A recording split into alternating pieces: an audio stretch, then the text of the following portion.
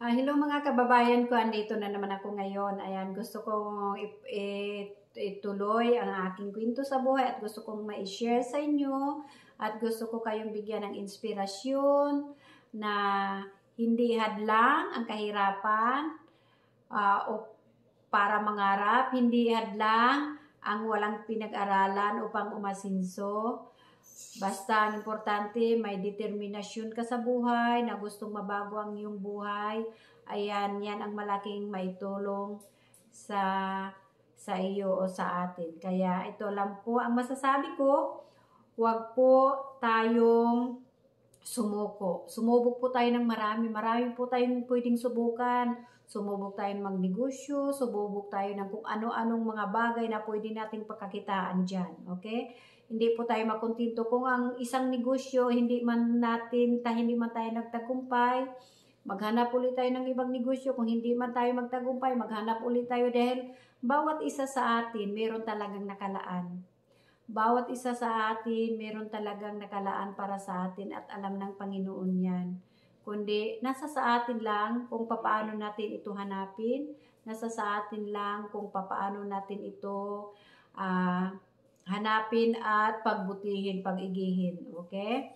Kaya sabi nga, maghanap tayo. Hindi tayo makontento sa isa, kundi marami. Okay? Marami, hindi lang sa isa, hindi lang dalawa, kundi tatlo. Subukan natin lahat ng klaseng bagay. Subukan natin para tayo ay magtagumpay. Kaya ang masasabi ko lamang sa inyo guys, kahit ano subukan natin. Maraming sumusubok dyan, maraming naghahanap buhay dyan, merong iba dyan, nagtitinda ng taho.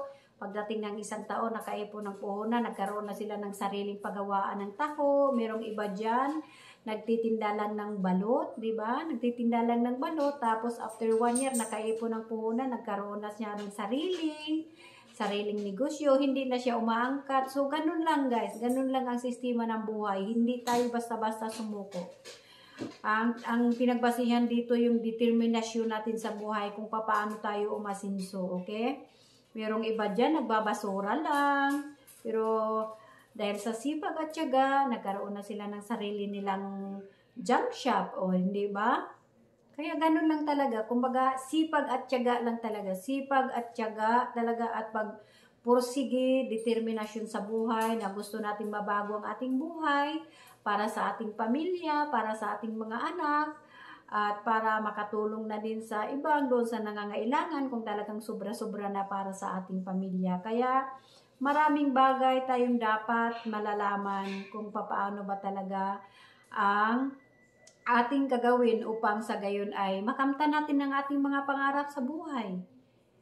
Sabi ko nga, kahit ano man yan, kahit ano, basta sa marangal na hanap buhay, kahit ano pa man yan, ang importante talaga dyan, sipag, tiyaga, determinasyon, at higit sa lahat, dasal. Okay? Dahil pag tayo ay hindi nagkukulang sa taas, kahit anong business pa yan ng ating gagawin, ay hindi tayo magkaroon ng tagumpay kung nakalimot tayong tumawag sa taas. Kaya malaki ang tulong po ang dasal. Kaya ito po, maraming salamat po ulit sa inyong lahat sa walang sawang yung pagsubaybay sa ating inspirasyon. Sinishare ko po sa inyo ito upang kayo ay magkaroon ng inspirasyon sa buhay. At marami pa po na sana magustuhan nyo po. Sana pakishare na rin po para mas marami pang ma-inspired sa ating kwento ng buhay. Kaya maraming salamat po sa inyo.